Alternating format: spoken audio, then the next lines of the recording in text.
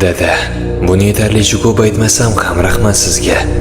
O'zimga shunchalik odatiy bo'lib qolgani uchun e'tibor bermay qo'yganim. Barcha narsalar uchun rahmat.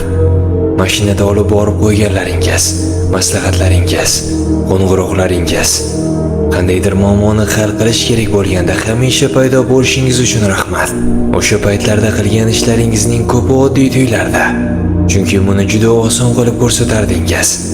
Lekin ulg'ayganim sari ularning qanchalik katta mehnat evaziga bo'lgani ko'proq tushunib boryapman. Sabr-toqatingiz va vaqtingiz uchun rahmat.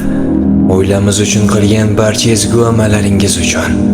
Hattoki hech kim ovoz chiqarib buni aytmagan kunlarda ham hayotimda qanchalik muhim inson ekanligingizni bilishingizni istayman.